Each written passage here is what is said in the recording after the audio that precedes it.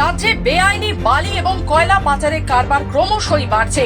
অবৈধ বালি ও কয়লা পাচার রুখতে কড়া নির্দেশও দিয়েছেন মুখ্যমন্ত্রী। এই আবহে বুধবার রানীগঞ্জ থানায় অবৈধ বালি ও কয়লা বন্ধের দাবিতে ডেপুটেশন জমা দিল বামপন্থীরা।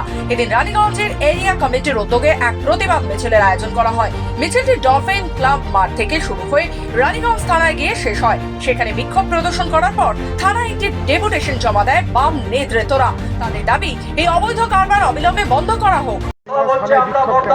সিপিআইএম রানীগঞ্জ এরিয়া কমিটি থানায় ডেপুটেশন দেওয়ার জন্য বিক্ষোভ সভা চলছে। আমাদের পার্টি এরিয়া সম্পাদক কমরেড সুপ্রিয় দা গোটালসে বলছেন, বিস্তারিতভাবে নিশ্চয়ই পরবর্তীকালে আপনাদেরকে উনি জানাবেন। প্রথম কথা হচ্ছে যে রানীগঞ্জে আবার বেআইনি কয়লা খাদান উত্তোলনের মধ্য দিয়ে আমাদের গোটা রানীগঞ্জ শহরকে ধ্বংসের একটা পরিকল্পনা করা হচ্ছে। দ্বিতীয় এবং গুরুত্বপূর্ণ প্রশ্ন হচ্ছে, বেআইনিভাবে বালি উত্তোলনের ফলে রানীগঞ্জের দামোদর নদীর যে জল ধারণ ক্ষমতা দ্রুত শেষ হচ্ছে।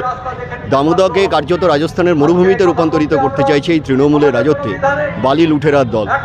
ফলে এই বালি এবং কয়লার মাধ্যমে বেআইনিভাবে উত্তোলন রানীগঞ্জের মতো একটা দীর্ঘ জনপদ, যা ধ্বংসের মুখে দাঁড়িয়ে এই বিপুল অংশের মানুষ হচ্ছে যে বিপন্ন, এবং তার সাথে সাথে সমস্ত কিছু যা কারবার হতে পারে, মাটি কারবার হতে পারে, লৌহ কারবার হতে পারে, যা হতে পারে, যা লুটের কারবার হতে পারে, কালীঘাটকে বালিঘাটে রূপান্তরিত করা পশ্চিমবাংলার মাননীয় মুখ্যমন্ত্রীর অনুপ্রেরণায়, তার ভাইপোর হচ্ছে যে প্রেরণায় গোটা রাজ্য জুড়ে যা চলছে, আমাদের রাজ্য রানীগঞ্জকেও আজকে ধ্বংসের মুখোমুখি দাঁড় করিয়ে দেওয়া হচ্ছে।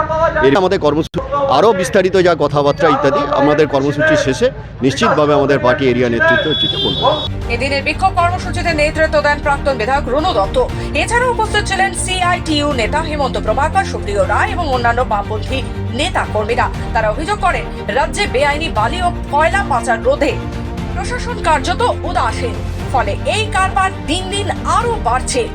রানীগঞ্জ থেকে সমীর বাদ্যকরের রিপোর্ট, খবর বাংলা।